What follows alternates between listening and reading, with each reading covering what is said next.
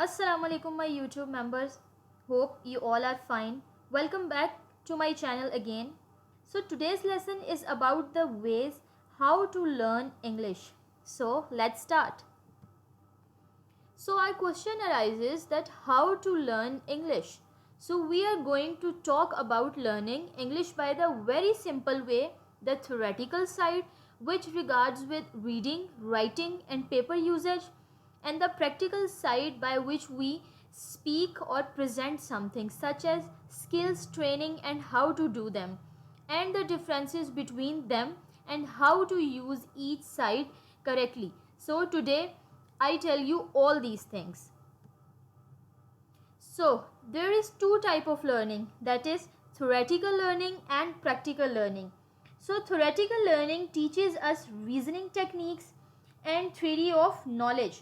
On the other hand side, theoretical knowledge acquired by the day-to-day hand-on experiences, doing things. Theoretical knowledge is gained by reading is manual, like theoretical learning is from books and paper. The academic way by which we learn is theoretical, but when day by day we get on experience or hands-on experience, like doing things or practicing some way, that is called practical knowledge or practical learning. So in practical learning, it involves something that is listen, pronunciation, speaking, vocabulary and grammar. And in theoretical learning, we read, write, translate by using paper, vocabulary and grammar. All these things are included in these things. So there are three stages of learning. So in number first, that is self study. First of all, you have to know that what is the right source by which we can learn. Second, what is the right source by which we can get good search. So searching is on yourself and you must know how to practice.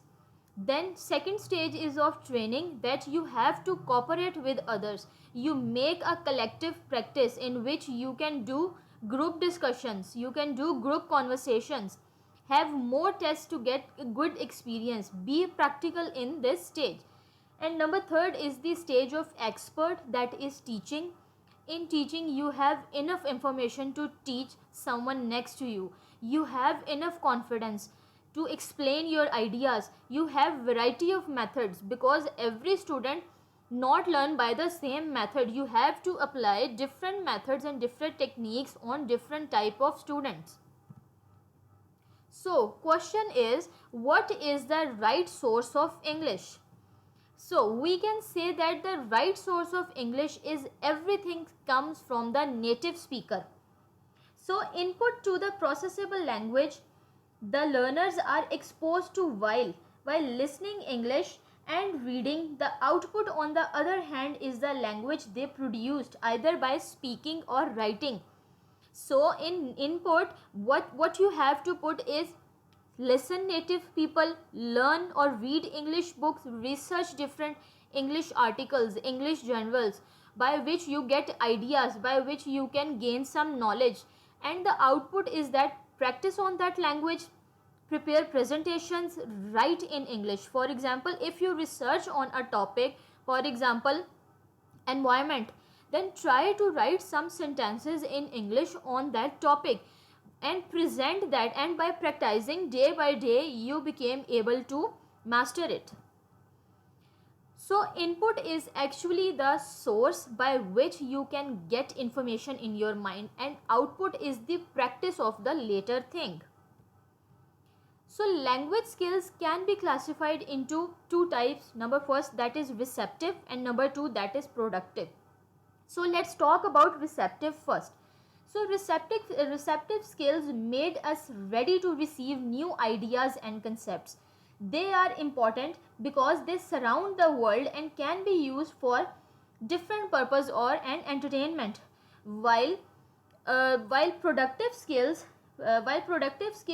they involve producing new words, new phrases, sentences and paragraphs. It is related to production of something, production of knowledge. Writing is also the production of ideas on a paper.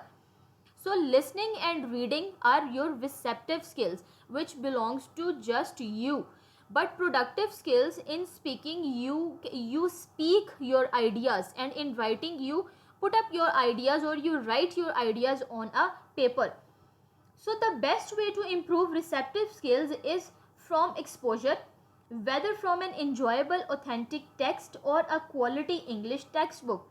You have to learn some quality textbooks or some authentic text. For example, you can take it from books, music, TV, magazines.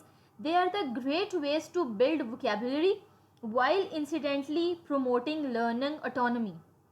So these things are very enjoyable in learning. So how to speak English well? Many people know that language requires more practice, but don't know how. So there are some things by which you can get practiced day by day. So try to describe anything around you. For example, take one topic, take a topic media, take a topic TV. So try to write or speak some English sentences on that topic. Use English in your daily routine life. Express what is in your mind by seeing any movie, by seeing any song. Give your reviews in English on that scene or topic.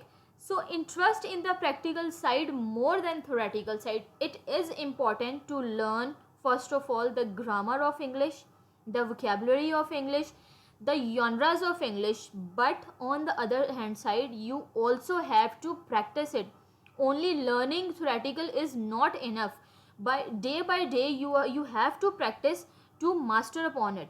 So seek to cooperate with others, speak face to face, go with your friends, go in a group discussion, imitate what you listen from the native speaker. For example, if a movie is running on your TV, try to imitate that actor who is speaking. So you by this you can get his ideas, you can get his pronunciation, you can get good pronunciation. So work hard, dream big, never stop trying. First rule is try again. To err is human, but human can be mastered by taking over its mistakes. So that's all for today. If you people like this lesson, give it a thumbs up by hitting like button, and also remember to subscribe my channel to get my latest videos right here on YouTube. Happy learning, and we'll see you in other lessons.